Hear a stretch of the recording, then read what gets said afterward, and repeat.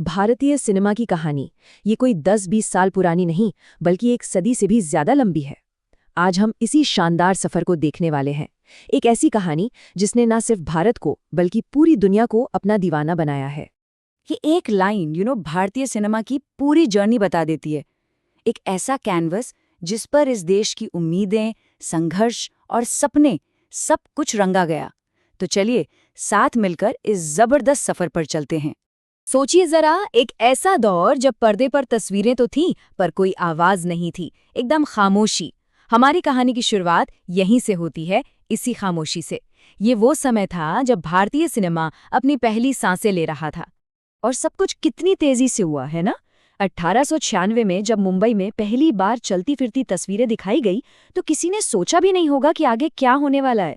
महज 17 साल बाद 1913 में दादा साहेब फाल्के ने भारत की पहली फुल लेंथ फीचर फिल्म राजा हरिश्चंद्र बना डाली।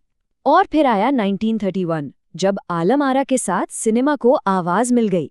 मतलब सिर्फ 35 सालों में सिनेमा ने खामोशी से बोलना सीख लिया था। लेकिन आवाज का आना सिर्फ एक टेक्निकल बदलाव नहीं था। अरे ये तो एक क्रांति थी। इसी ने भारतीय सिनेमा को उसकी अनोखी पहचान दी, गाने और डांस। पर बात सिर्फ मनोरंजन तक ही नहीं रुकी।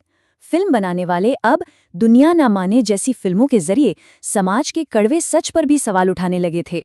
तो आवाज आ गई, पहचान बन गई। अब बारी थी असली उड़ान भरने की। हम अब उस दौर में चलते हैं जब भारतीय सिनेमा ने कला और सपनों के पंखों पर उड़ना शुरू किया। ये था आज़ाद भारत का सुनहरा दौर, जब हमारी फिल्में दुनिया भर में अपनी पहचान बना रही। इसी सुनहरे दौर में एक और तरह का सिनेमा जन्म ले रहा था, जिसे कहा गया पैरेलल सिनेमा। ये वो फिल्में थीं जो चमक दमक, नाच गाने और बड़े सितारों से दूर आम इंसान की सच्ची असल कहानियां दिखाती थीं।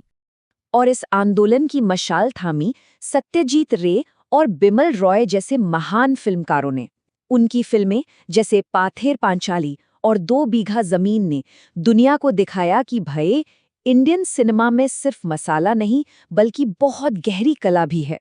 इन फिल्मों ने कैन्स जैसे बड़े-बड़े फेस्टिवल्स में भारत का नाम रोशन किया।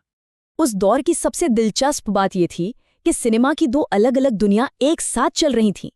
एक तरफ मुगले आजम जैसी भव्य फिल्में थीं, जो दर्शकों को सपनों की दुनिया में ले जाती थीं, तो दूसरी तरफ पाथेर पांचाली जैसी फिल्में थीं जो जिंदगी की जमीनी हकीकत दिखाती थी।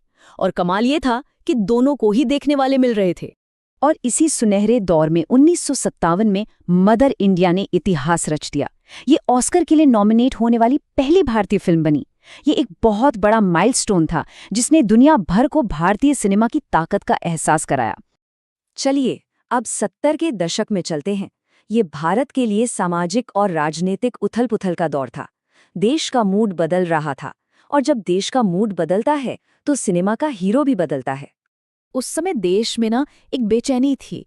बेरोजगारी, भ्रष्टाचार, सिस्टम के खिलाफ एक गुस्सा पनप रहा था। और इसी गुस्से की आवाज बनकर, इसी हताशा का चेहरा बनकर पर्दे पर एक नया हीरो आया। इसे नाम मिला एंग्री यंग मैन। ये वो हीरो था जो कानून को अपने हाथ में लेता था, जो अन्याय के खिलाफ अकेला खड़ा हो जाता था। और इस किरदार में जान डाल दी अमिताभ बच्चन ने।